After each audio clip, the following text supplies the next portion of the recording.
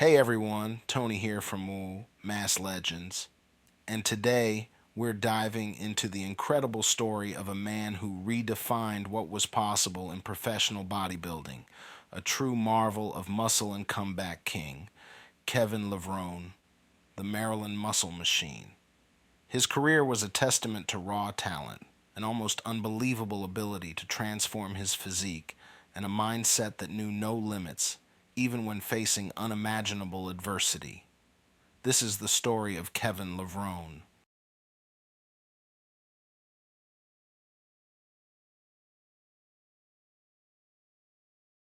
Kevin Mark Levrone was born on July 16, 1964, in Baltimore, Maryland, the youngest of six. Raised by an Italian father and a black mother, Kevin's early life was marked by strong family bonds and the powerful example set by his parents. He learned the value of hard work on their small farm, tending to animals and doing chores. But at just 10 years old, in 1975, a harsh reality struck. His father passed away from cancer. This was just the beginning of a period of immense loss. Within 4 months, Kevin and his family buried 6 loved ones. Imagine that, at just 10 years old, grappling with such profound grief. This tragedy plunged Kevin into a difficult childhood. He faced bullying at school for not having a father, making it a place he dreaded. He became introverted, finding solace in solitude. But within this sorrow, Kevin began a journey of self-discovery. At 11, he found martial arts, drawing inspiration from Bruce Lee. At 13, he tried football, but team sports weren't truly his calling. He discovered he was built for something different, something where he only needed to believe in himself.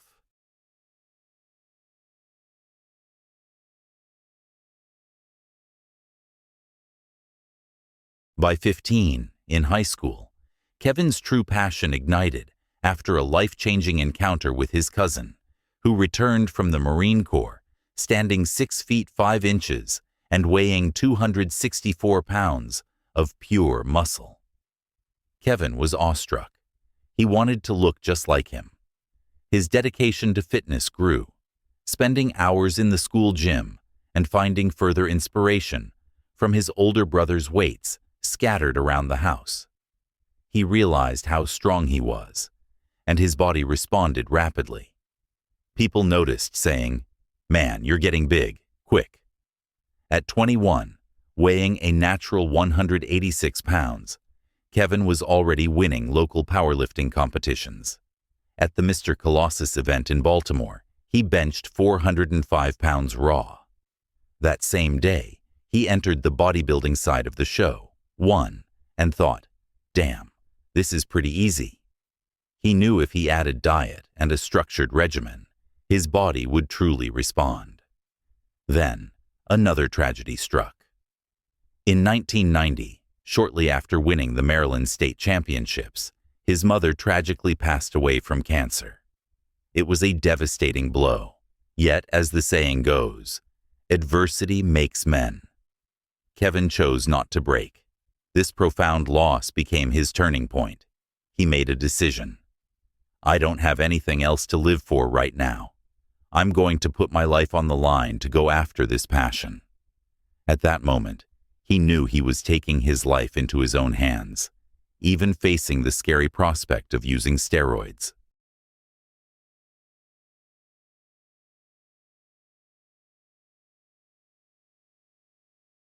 Kevin's road to his IFBB Pro card was incredibly fast.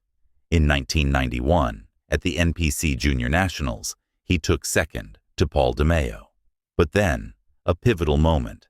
Jim Mannion, head of the NPC, walked up, put his hands on Kevin's shoulders and said, "I believe in you, kid. You have a bright career ahead of you. Show up at the Nationals." It felt like a message from heaven. Just weeks later, Kevin did exactly that. At the 1991 NPC Nationals, arguably the greatest amateur show of all time, he exacted his revenge, beating Paul DeMeo and legends like Ronnie Coleman, Flex Wheeler, Chris Cormier, and Matt Mendenhall. This triumph earned him his pro card. He was 23, going on 24, and his life changed overnight.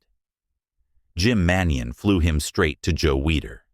For a kid who'd never flown before, to suddenly be in the presence of Joe Weider, a man who mentored Arnold and Haney, was surreal.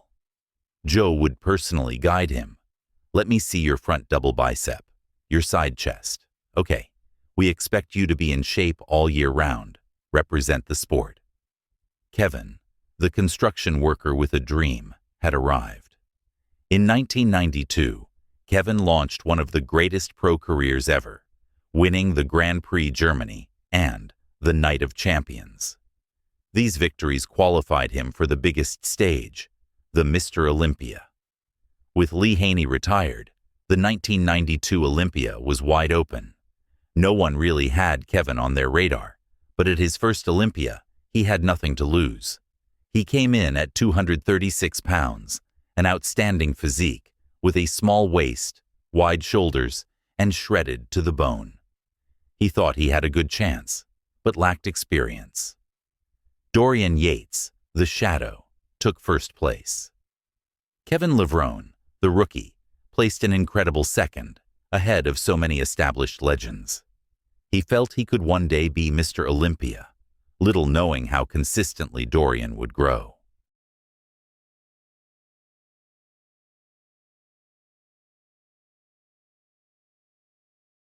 Soon after the 92 Olympia, more relatives succumbed to cancer. Then, another blow. While bench pressing 600 pounds, Kevin completely tore his minor and major pec muscles. He lost 40 pounds, couldn't even do a push-up. This was in July, and the Olympia was in September, just 3 months away. He needed 2 surgeries, one lasting over 8 hours. He even kept the full extent of the injury a secret from the Viders, fearing it would cost him his contract. No bodybuilder had ever come back from a chest tear and competed and did well, he recalled. Yet, Kevin did come back. He took second at the Grand Prix Finland and won the 1993 Grand Prix Germany. Despite a 5th place finish at the 93 Olympia, where the injury's effects were still apparent, he bounced back by winning the 1994 Arnold Classic. It was this victory that solidified his nickname, the Maryland Muscle Machine. It was also after this injury that Kevin realized his unique training approach. He didn't need to train all year. If he was healthy, 3 or 4 months was all he needed. This all-or-nothing mentality, born from his injury, became his signature. While others trained intensely year-round, Kevin would disappear for months, then re-emerge, shockingly huge and conditioned. His cycle would involve precise doses of basic compounds. Test, deca, throw in some droll the last 6 weeks. He didn't need the insulin or other garbage everyone else was doing.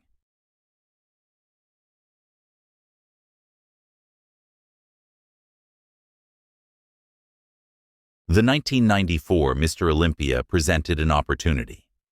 Dorian had some flaws: torn biceps, a slight midsection extension. Kevin, with improved conditioning and size, was a strong contender. But Sean Ray's exceptional symmetry also shone. In the end, Dorian won, Sean took second, and Kevin placed third, to the audible displeasure of the crowd. This motivated Kevin to push even harder for the 95 Olympia. His preparation was hell. He'd isolate himself, sleep on the floor, meditate, and even surround himself with replica weapons to get into a war zone mindset. "I want to suffer," he'd say. He went to war with his body.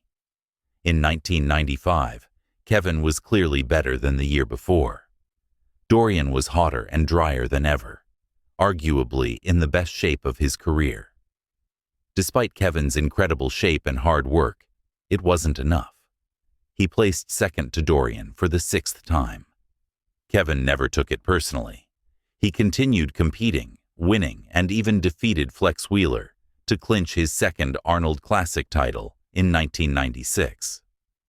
Arnold Schwarzenegger himself recognized Kevin's talent and hard work, leading to a close friendship.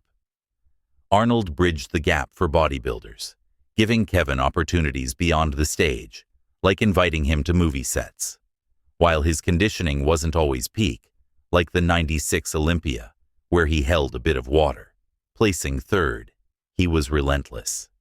He continued to dominate European tours through the late '90s, where fierce rivalries were matched with deep camaraderie. He even pulled pranks, like hoarding food on flights, and then staying active to avoid water retention, only to show up shredded while others were bloated. He also had a unique post-weigh-in strategy, opting for a shot of vodka instead of rice or potatoes, to calm him and wake up hard. Kevin's consistency through the late '90s saw him remain a top contender, consistently placing in the top 5 at the Olympia, even with the rise of Ronnie Coleman. In 2000, Kevin once again showed his incredible ability to come in phenomenal shape, pushing Ronnie Coleman to the absolute limit and securing a very close second place at the Mr. Olympia. Many debated whether this should have been his year. Then, in 2002, after a year off from the Olympia stage, Kevin made a sensational return. He arrived in a condition that rivaled his absolute best, once again going head-to-head with Ronnie Coleman. This contest is often cited as one of the closest calls in Olympia history, with Kevin's balance of size and aesthetics almost dethroning the king. He finished second ratio to Coleman, marking his 4th runner-up finish at the Olympia, a record for anyone who never won the title. Kevin Levrone, the Maryland muscle machine, was more than just an incredibly gifted bodybuilder. He was a survivor of immense loss, a testament to resilience, and a pioneer who dared to challenge conventional training. Though he never won the Sandow, his impact on the sport, his unforgettable physique, and his unwavering spirit cemented his place as one of the greatest to ever grace the stage. He was the uncrowned Mr. Olympia to many, but undeniably a true mass legend.